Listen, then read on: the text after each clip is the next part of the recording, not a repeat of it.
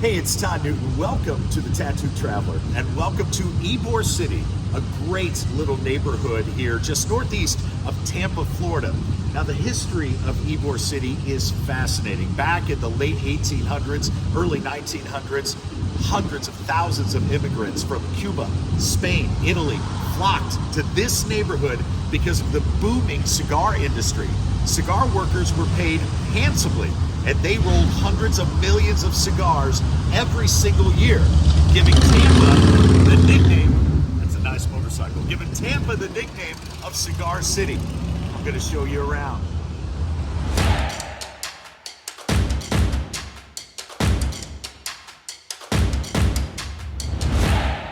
I am so glad you're along for this video. You're gonna love this visit to Ybor City. Check it out.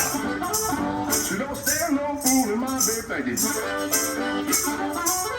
Don't stand no fooling. When she's out, there ain't no cooling, my baby. At first, the roosters made me think of Key West. Key West. Ybor City was founded in 1880 by Vincent Martinez Ybor and other cigar manufacturers. And believe it or not, the industry is still strong today. At one point in history, there were almost 200 cigar factories here in Tampa, employing more than 10,000 workers. And by 1900, Ybor City was the cigar capital of the world. Fun fact, the most popular cigar in America is the Robusto by Romeo y Julieta Reserve. It's rich in flavor, but small enough to be enjoyed in about half hour to 45 minutes.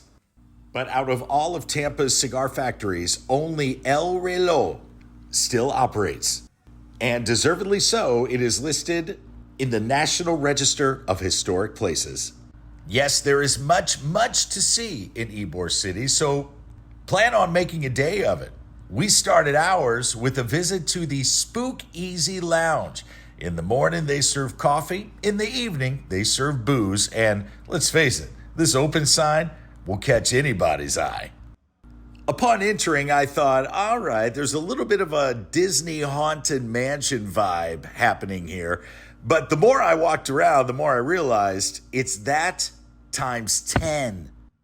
The place was opened by Evan Christopher and Kathleen Traver, both pretty prominent figures in the alternative and Gothic communities.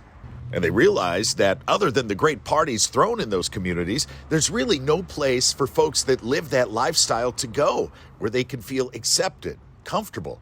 So in 2018, the Spookeasy Lounge and Kava Bar was opened, and the rest, as they say, is weird, abnormal, wonderful history. And speaking of history, you're going to love this. Just down the block on the corner of 8th and 13th stands the Jose Marti Park. Now, Jose Marti was a Cuban revolutionary, played a vital role in the country's liberation from Spain. And this park pays homage to the national hero. It's just over 1/10 of an acre in size. There's the statue of Jose Marti, who was also an essayist, poet, really a Renaissance man. But here's the kicker. Since 1956, this park has been Cuban territory. So when you enter those gates, you can honestly say that you have stood on Cuban territory. It's really kind of cool. Just something about those roosters. I love them. Right in the center of the city is a statue of Vincent Martinez Ybor, one of the prominent cigar makers who founded this neighborhood back in the late 1880s. This place really comes to life at night. Lots of bars, if that's what you're looking for. If you haven't checked out the website, thetattooedtraveler.com, make sure you do. We have a whole section over there on dive bars. I love a good dive bar, and this one's a classic. The Reservoir Bar here in Ybor City, right on 7th Street. I'm gonna have to pick up one of those t-shirts.